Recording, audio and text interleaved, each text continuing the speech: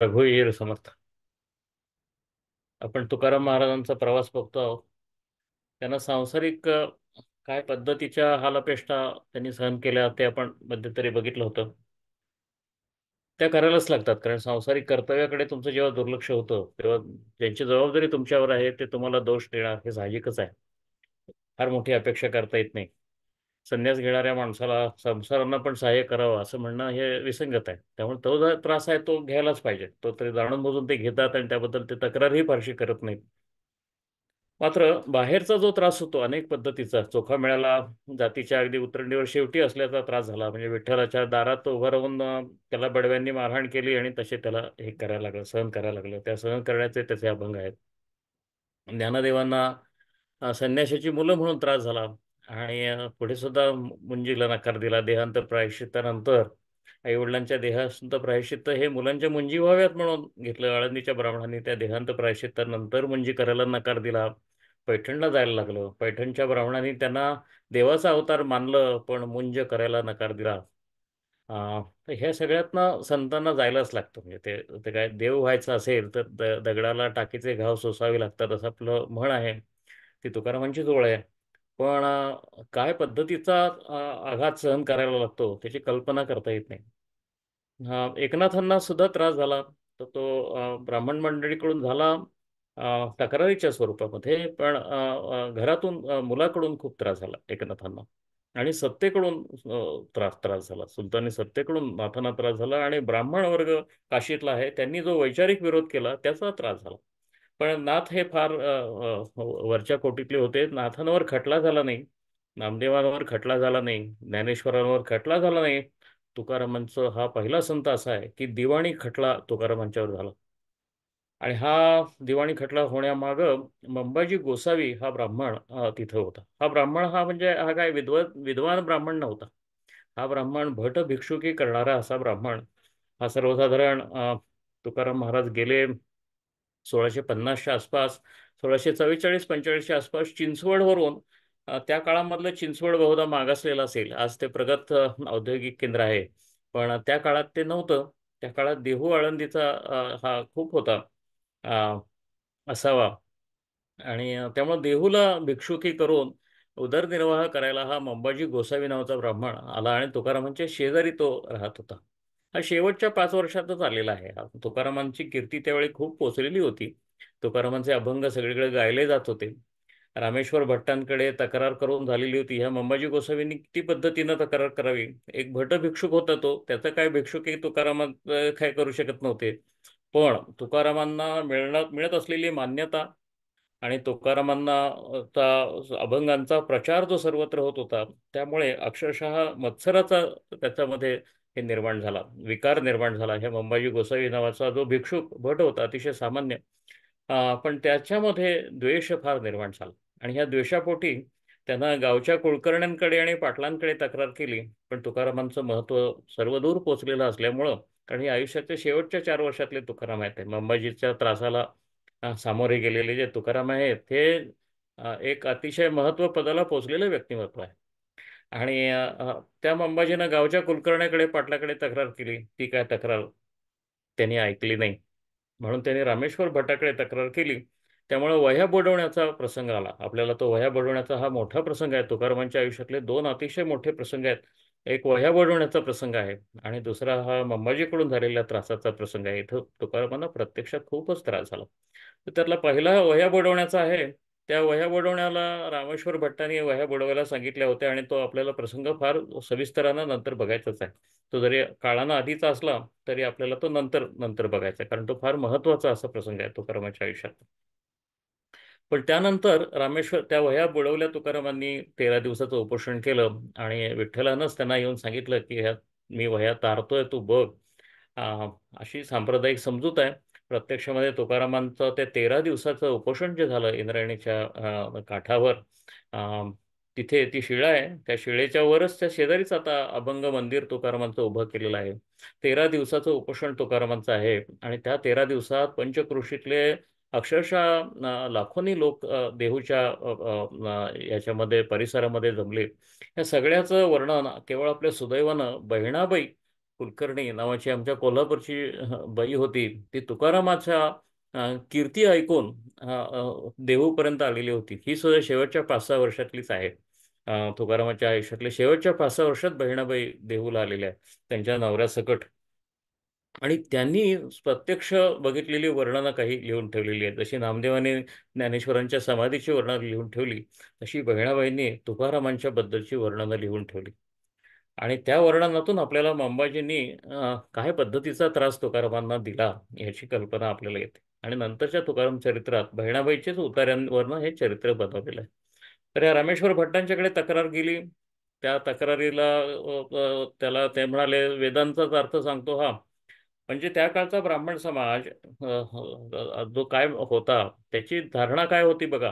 वेद हा लोकांपर्यंत पोहोचवतो, वेदांवर भाष्य करतो, हा गुन्हा समजला जात होता. आणि लोकांमध्ये सदाचाराची प्रेरणा प्रेरणा तुकाराम करतायत. लोकांच्या मध्ये धर्माची तत्व खरी जी आहे, माणुसकीची आहे, ती नेऊन धर्म वाचवतायत. असं आज आम्ही म्हणतो 300 वर्षानंतर. त्यावेळचा जो धर्माचा नेता होता ब्राह्मण समाज, त्याला असं वाटत नव्हतं. वेदांचा हा प्रसार करतो, वेदांमधलं सत्य लोकांपर्यंत सांगतो, याची याती शूद्र असताना हा आरोप तुकारामावर आहे. आणि ह्या आरोपांनी मंबाजी हा सारखा सामान्य भट भिक्षुक, विद्वान ब्राह्मण नव्हे हा, हा यांनी तक्रार केली. या तक्रारीची पहिल्यांदा कोणी तक्रार दखल सुद्धा घेतली नाही, एवढे तुकाराम मोठे होते. रामेश्वर भट्टांना घ्यायला लागली ती तक्रारीची नोंद. याचं कारण अप्पाजी गोसावी म्हणून एक फार मोठं प्रकरण तेव्हा ह्या सुपे परगण्यामध्ये होतं. आदिलशाहीचा काळ होता आणि ब्राह्मण वर्ग हा काय आदिलशाहीच्या आणि मोगलशाहीच्या विरोधात लढण्यात फार दंग झालेला होता. अशी काय समजूत आपण करून घ्यायचं कारण नाही. ब्रिटिशांच्या काळात कसं त्यानं इंग्रजी शिक्षण हस्तगत करून बरोबर कारकुनीमध्ये अतिशय पुढे गेला हा वर्ग, तसाच हा पुढचाच जाणारा वर्ग असल्यामुळे त्यानं त्यावेळी धर्माची पदं मिळवली. अनेक सत्तास्थानावर ब्राह्मण होते. दिवाणी कायद्याकडे सुद्धा आदिलशाह आणि मोगलशाह दोन्हीकडेही होते. त्यामुळे अप्पाजी गोसावी हे फार मोठं प्रस्थ होतं. ते किती मोठं प्रस्थ होतं त्याचं फार चांगलं वर्णन बहिणाबाईंनी त्यांच्या अभंगामध्ये करून ठेवलेलं आहे. तेही ब्राह्मणच. त्यांच्याकडे तक्रार नेली आणि अप्पाजी गोसावी फार संतापले. हा म्हणजे वेदाचा अर्थ सांगतो म्हणजे काय. आणि म्हणून अंबाजींनी त्यांच्या पत्रामध्ये असं लिहिलं की हा वेदांचा अर्थ सांगून धर्माचा घात करतो आणि ब्राह्मणांना त्या पदाला धोका पोचवतो. आणि ब्राह्मण ज्या राज्यामध्ये अपमानित होतात ते राज्य बुडीलं जातं, असा इतिहास आहे. म्हणून ब्राह्मणांचा कोप बादशाहानं घेऊ नये. अशा पद्धतीची काय पद्धतीची आगळीक अंबाजींनी केली असावी. एका सामान्य ब्राह्मणानं धर्म जो खरा धर्माचं रक्षण करायला आलेले तुकाराम आहेत त्यांच्या विरुद्ध कागाळी करून, तर त्याचा त्या अप्पाजी गोसावींना त्या तंतोतंत पटलं. त्यांना राग आला आणि दिवाणी खटला तुकारामांच्यावर झाला. तर तुकारामांच्यावरचे आरोप हे मान्य करण्यात आले दरबारामध्ये. आणि त्यांना त्यांची मालमत्ता जप्त करा. त्यानंतर त्यांनी इथून पुढे वेदांवर भाष्य करू नये, त्यांनी अभंग करू नयेत. त्यानंतर त्यांनी गाव सोडून मुलाबाळांसकट निघून जावं, ह्या पद्धतीचे आदेश देण्यात आले आदिलशाहीकडून. हे आपण लक्षात घेतलं पाहिजे की तुम्ही म्हणाल की मग शिवाजी महाराज काय करत होते. त्यांनी शिवाजी महाराजांकडे जायचं होतं. शिवाजी महाराज हे कसे बसे 14-15 वर्षाचे होते या काळामध्ये. 1630चा शिवाजी महाराजांचा जन्म आहे. मी सांगतोय त्या गोष्टी 1645 1646च्या आसपासच्या आहेत.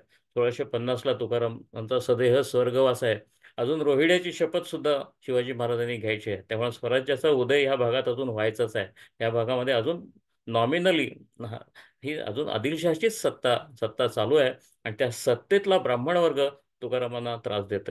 अंतरदिन रात्रंदिन आम्हा युद्धाचा प्रसंग, अंतर्बाह्य जग आणि मन, असं जे तुकारामांनी आपल्या अभंगात म्हटलेलं आहे, तो नुसतं सुविचार नाही आहे. तुकारामांनी स्वतःच्या विकारांशी लढत घेतली आणि बाहेरच्या सत्तांशी लढत घेतली. त्या सत्तांमध्ये ब्राह्मणशाही हा एक मोठा लढायचा त्यांचा त्यांचा त्यांचा हा भाग होता. ही लढाई कशासाठी होती. ही कर्मटपणाविरुद्धची लढाई होती. ही माणुसकीचा लोप पावलेला होता त्याच्या विरुद्धची लढाई होती. आणि ते सांगत होते की ब्राह्मण जो महाराला शिवतो आणि कोपतो तो ब्राह्मण नाही, जो खोटं बोलतो तो ब्राह्मण नाही. ब्राह्मण म्हणजे ब्रह्म जाणणाराच आहे. सगळीकडे ब्रह्म ज्याला दिसतो तोच ब्राह्मण आहे. जो स्वतःमध्येच फक्त ब्रह्म बघतो आणि इतरांमध्ये बघत नाही तो ब्राह्मण नाही. असा ब्राह्मणांना प्रत्यक्ष आव्हान देणारा असा हा बहुजन समाजातला संत होऊन गेला की ह्याच्यामुळं नंतरच्या ब्राह्मणांना अभिमान बाळगायसाठी धर्म उरला. पण त्या काळामध्ये ह्या पुरोहित वर्गानं फार त्रास सगळ्याच संतांना दिला. तुकारामाचा असं नाही, सगळ्या संतांना त्रास दिला. पुरोहितशाहीनं त्रास सगळ्यांना दिला. म्हणून तर ते पुरोहितशाह म्हणायचे. याचा अर्थ ब्राह्मण वर्ग सगळाच काही त्यांच्या बाजूने होता असं नाही. तुकारामांच्या शिष्यांमध्ये ब्राह्मणांचा सहभाग होता. बहिणाबाई स्वतः ब्राह्मण होती. रामेश्वर भट्ट नंतर तुकारामांचं शिष्यत्व त्यांनी पत्करलेलं आहे. हे मंबाजी मात्र तुकारामांच्या सगळ्या कथेमध्ये हा एक असा खलनायक असतो, तसा महान खलनायक हा मंबाजी गोसावी आहे. पण ह्यांच्यामुळं काय झालं, तर मंबाजी गोसावींच्यामुळे तुकारामांचं संतत्व हा झळकून उठलं. संतांची परीक्षा घ्यायसाठी कदाचित त्यांच्या आयुष्यातले खलनायक पांडुरंगानं पाठवलेले असावेत का काय, असं वाटतं. तसे हे मंबाजी होते. तर मंबाजींनी वह्या बुडवल्या रामेश्वर भट्टांना सांगून. त्याचा पश्चाताप रामेश्वर भट्टांना नंतर झाला, इतका की त्या वह्या बुडवल्यानंतर रामेश्वर भट्टांचा दाह दाह व्हायला लागला अंगाचा. तेव्हा तुकारामांनी त्यांना काही अभंग सांगितले आणि त्यामुळे तो दाह कमी झाला. त्या दाह कमी झाल्यानंतर रामेश्वर भट्ट तुकारामांचे शिष्य झाले, असं संप्रदाय समजलं जातं. ते तुकारामांचे टाळकऱ्यांमध्ये होते. आणि बहिणाबाईंनी पण सांगितलेलं आहे की रामेश्वर भट्ट तुकारामांना नंतरच्या काळात अतिशय आदरानं वागवीत असत. हे वाघोलीकर रामेश्वर भट्ट म्हणायचे. आजही वाघोलीत त्यांची समाधी आहे. तुकारामांची देहूची आरती म्हटली जाते आजही, ती रामेश्वर भट्टांनी लिहिलेली अशी अशी आरती आहे. हे सगळं झाल्यानंतर हे अंबाजीचे प्रताप आहेत की रामेश्वर भट्टासारखा मोठा ब्राह्मण, विद्वत ब्राह्मण सुद्धा तुकारामांचा आदर करतो, असं पत्र त्यांनी सुलतानाच्या अधिकाऱ्यांना लिहिलेलं आहे. आणि इथले ब्राह्मण काही त्याचे त्याचे शिष्य झालेले आहेत. एका शूद्र जातीच्या माणसाचं ब्राह्मण शिष्य व्हायला लागलेले आहेत. हे धर्माला सोडून होतंय सगळं, धर्म वाचवा अशी विनंती त्याने अप्पाजी गोसावींना केली. अप्पाजी गोसावींनी ती सुलतानाच्या कानावर घातली आणि तुकारामांच्या विरुद्ध दिवाणी खटला उभा राहिला. त्याचा अतिशय मनस्ताप तुकारामांना झाला. तो त्यांच्या अभंगामध्ये कोपला पाटील गावचे हे लोक वगैरे असे जे सगळे अभंग आहेत, आपण पूर्वी वाचलेले आहेत, त्या सगळ्या आपदांना तुकारामांना सामोरं जायला लागलं. अंबाजींनी केवळ सरकार दरबारी कागाळ्या करून तुकारामांना दंड घडवून आणला असं नाही. अंबाजी शेजारीच राहत होते. त्यांनी तिथे भिक्षुकी होती, त्यांची शेजारीच होती. आणि तुकारामांचं जे आज सुद्धा मंदिर आपल्याला विठ्ठल रखुमाईचं बघायला मिळतं, ते तुकारामांच्या आधी 8 पिढ्या ते मंदिर होतं. आणि म्हणून मधल्या काही त्या त्या विठोबाच्या मंदिराचं प्रस्थ वाढलं यांच्या भक्तीमुळे. विश्वंभर बुवा म्हणून ज्ञानेश्वरांचे समकालीन पूर्वज होते तुकारामांचे, त्यांनी त्या विठोबाची स्थापना केली. त्यांना बागेत दृष्टांत होऊन तो बागेत विठोबाची मूर्ती सापडली, विठोबा रखुमाईची.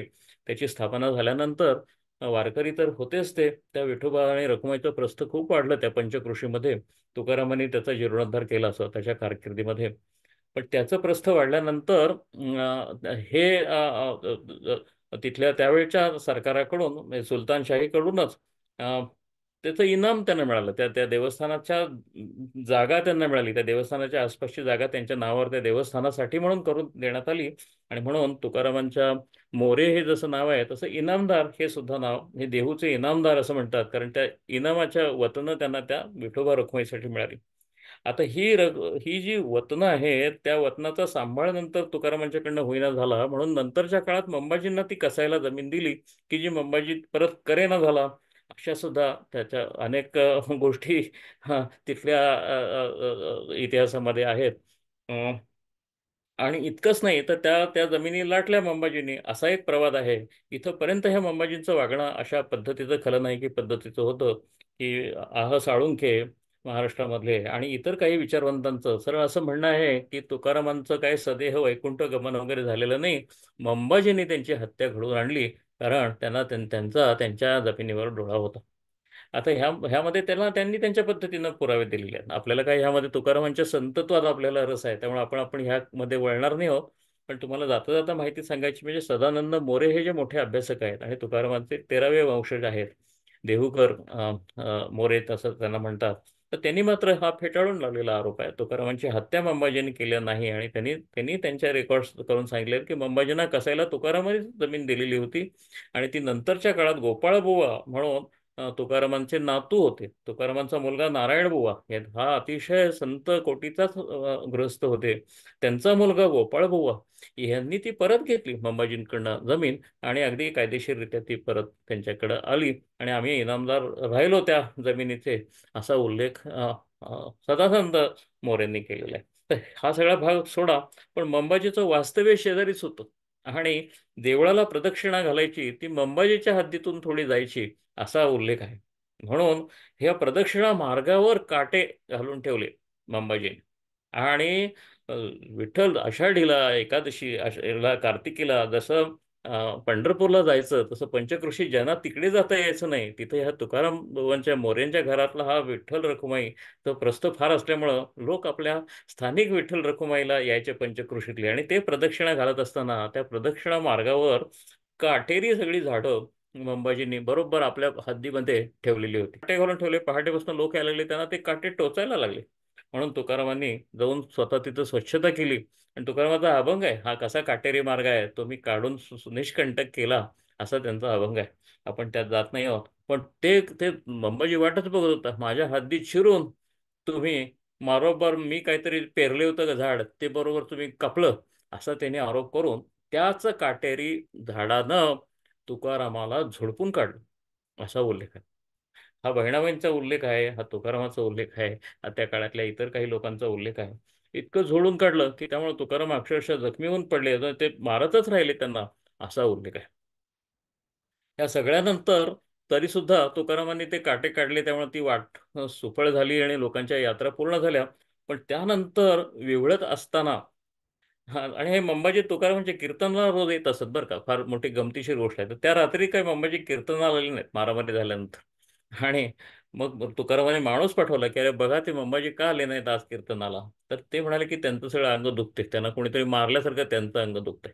अशी संप्रदायाची हकीकत आहे, खरी खोटी आपल्याला माहित नाही. पण मग तुकारामांनी त्यांना सांगितलं की आपण त्यांच्यासाठी एक जप करू, विठ्ठलाचं नाव घेऊ आणि विठ्ठलाला सांगू की त्यांचं बरं करायला. आणि अशा पद्धतीने त्यांनी याचना करून त्यांना सुद्धा ते सोडवलं त्या त्या सगळ्या त्यांच्या आपदेमधनं. तर दया क्षमा शांती तेथे देवाची वसती, असं जे तुकारामांचाच अभंग आहे, तशा पद्धतीनं बोले तैसा चाले त्याची वंदावी पाऊले, हा तुकारामांचाच अभंग आहे. तुम्ही जो कोणतंही शहाणपणाचं वाक्य मराठीतलं घ्या, ते तुकारामांचंच असण्याची 99% शक्यता आहे.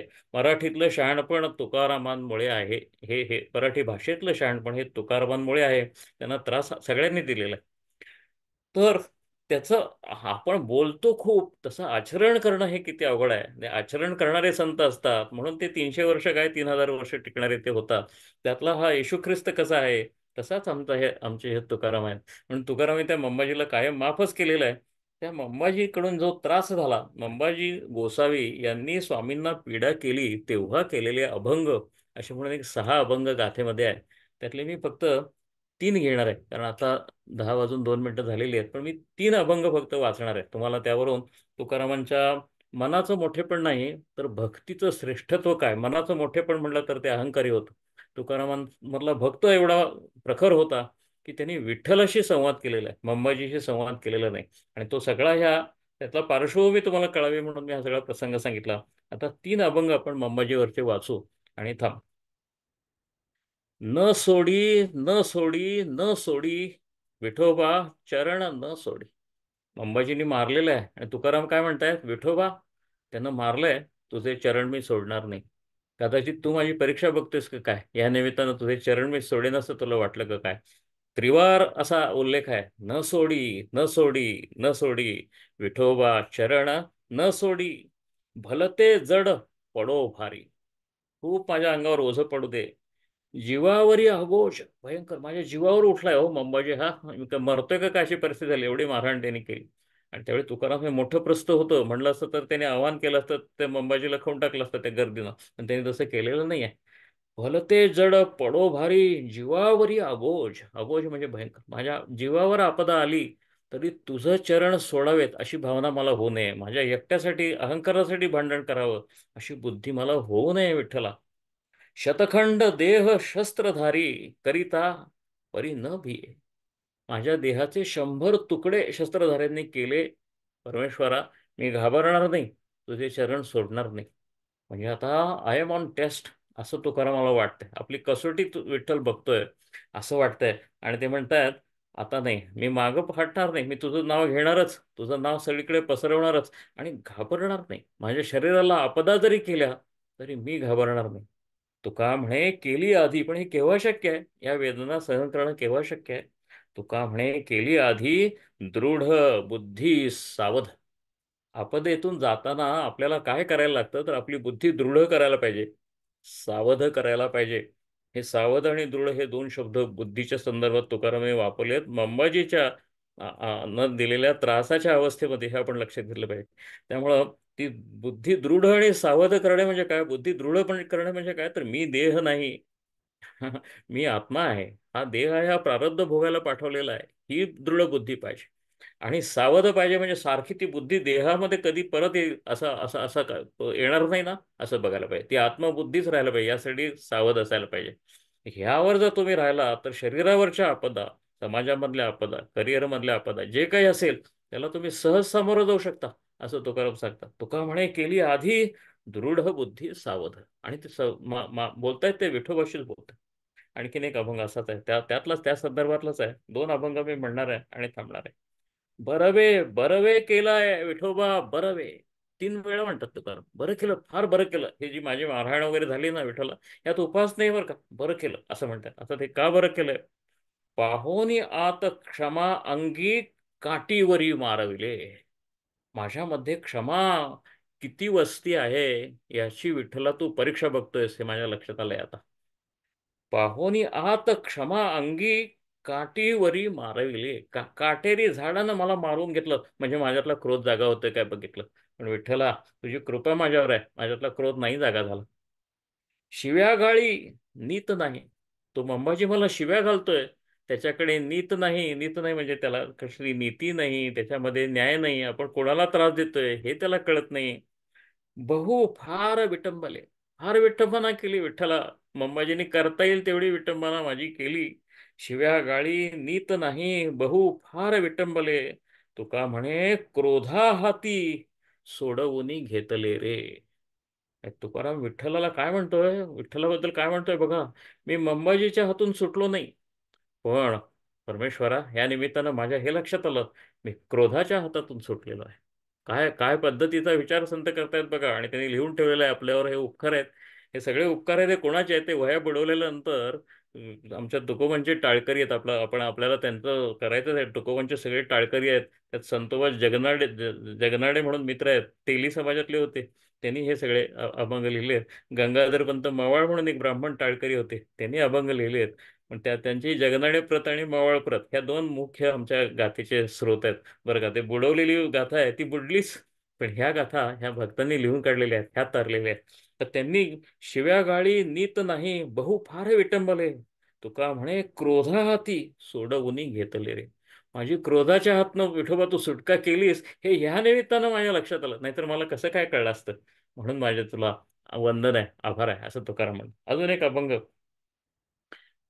का होती देवा एवढी फजिती.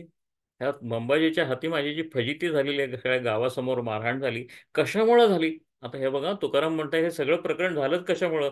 ते काटे मी वेचायला गेलो, ते काटे वेचायला गेलो, तर ते म्हणे मुळी वर्म नसतो चुकलो, तो मी ऐसे चित्ती. तुझं स्मरणात होतो, सगळं तुझं कीर्तन करत होतो, त्या कीर्तनाच्या आड अंबाजी येत नव्हते, त्या तुझ्या प्रदक्षिणेच्या आड अंबाजी आला, तर मी जाऊन ते काटे दुरुस्त केले आणि काहीतरी करत बसलो. त्यामुळे हा सगळा त्रास झाला. मी कशाला त्या त्या त्या दुर्जनाच्या नादाला लागलो का.